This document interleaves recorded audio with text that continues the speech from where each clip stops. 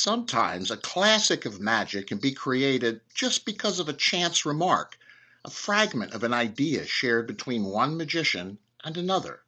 This is John Tudor, and this is a bit of magic history.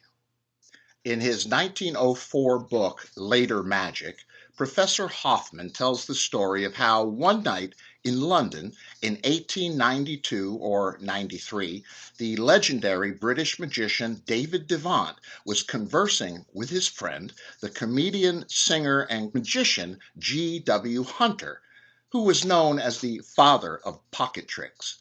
Hunter said to Devant, "Wouldn't it be a pretty effect to pass a handkerchief in at one end of a paper tube and bring it out of some other color at the other end?"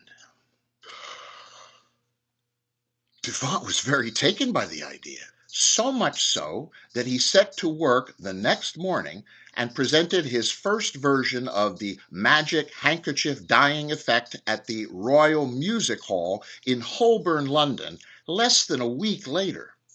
Devant produced 3 white handkerchiefs, made a tube out of a sheet of what they called cartridge paper, and one by one the silk scarves changed from white to red, green, and yellow.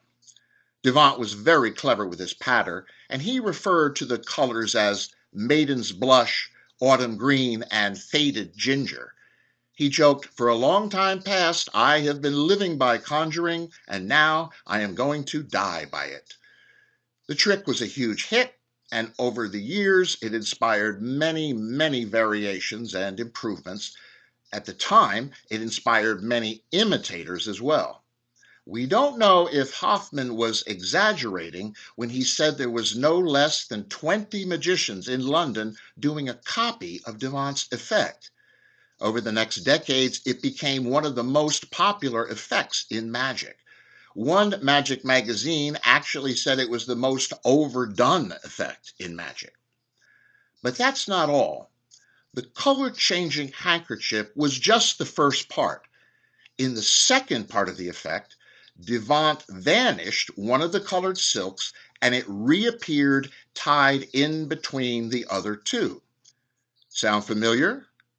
Devant was always a forward thinker, and there, in the last decade of the 19th century, he invented what we now know of as the 20th century silks. This is John Tudor, and I'll see you next time.